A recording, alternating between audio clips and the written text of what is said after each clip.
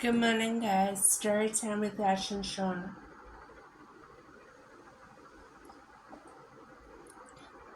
Today I'll be reading from Chapter 8, Caleb. Why? The sharp, short slaps that came from behind the curtain grew louder. I forced myself not to jump at the sound and met Killigan's stare.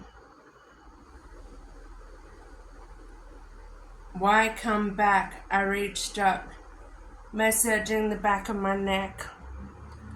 That's an excellent question indeed. I couldn't stop from glancing at where the moans came from. Moans that I knew from experience were torturous in the most degrading way.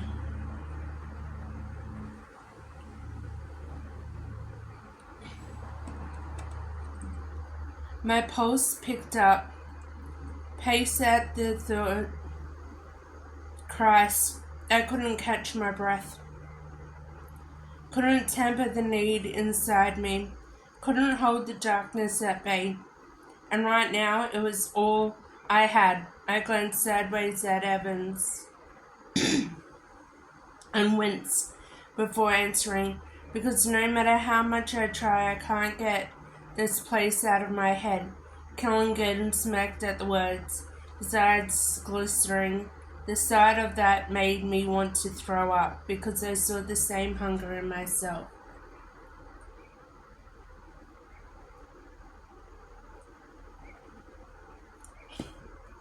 We don't normally allow probationary members back in once they leave.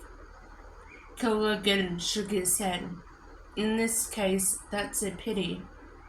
He gripped the armrest on the seat and pushed to stand.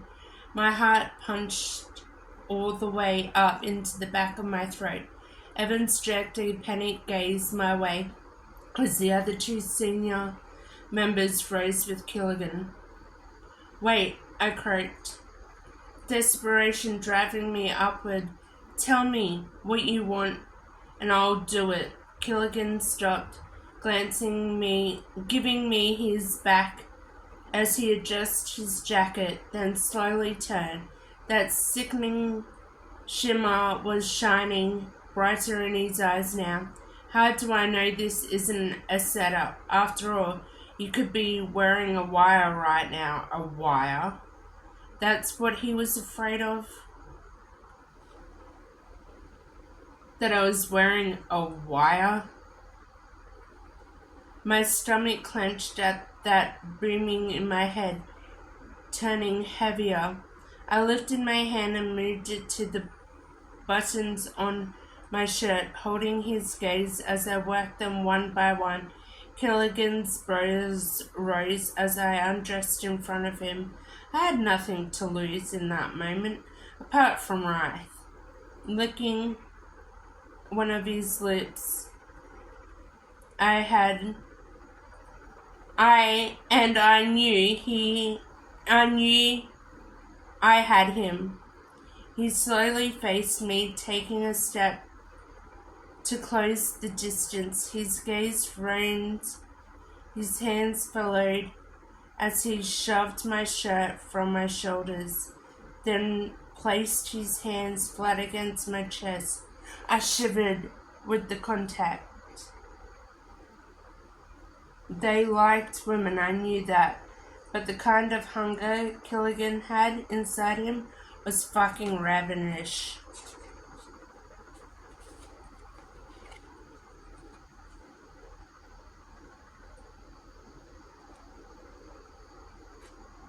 He lowered his gaze to my cock.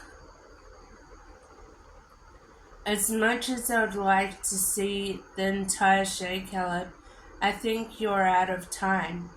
He dropped his hands and stepped away, his gaze fixed on my bare chest. But Christ, I'd like to watch you fuck. My balls clenched. Wrath roared in my mind, and my own desperate growls returned. When I take you, Wrath, I'm going to take you all fucking night, and you're going to be my favorite fucking toy, my wet, perfect plaything. Hard breaths deepened as I captured his stare, letting him see exactly what he wanted to see, me, raw and desperate, and Killigan was entranced.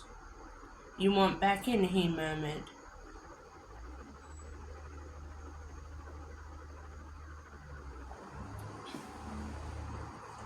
Drawing the focus of the other two members, fine. But you're going to need to prove yourself. Panic pushed to the surface. I strangled that fear, driving it back into the dark, and slowly nodded. A turn of his head, and he nodded to someone in the gloom. Movement came black on black as the heavy velvet curtain was pulled aside. After you. Killigan motioned us forward. I took a step, my hands moving to the buttons of my shirt. No. Killigan stopped the movement.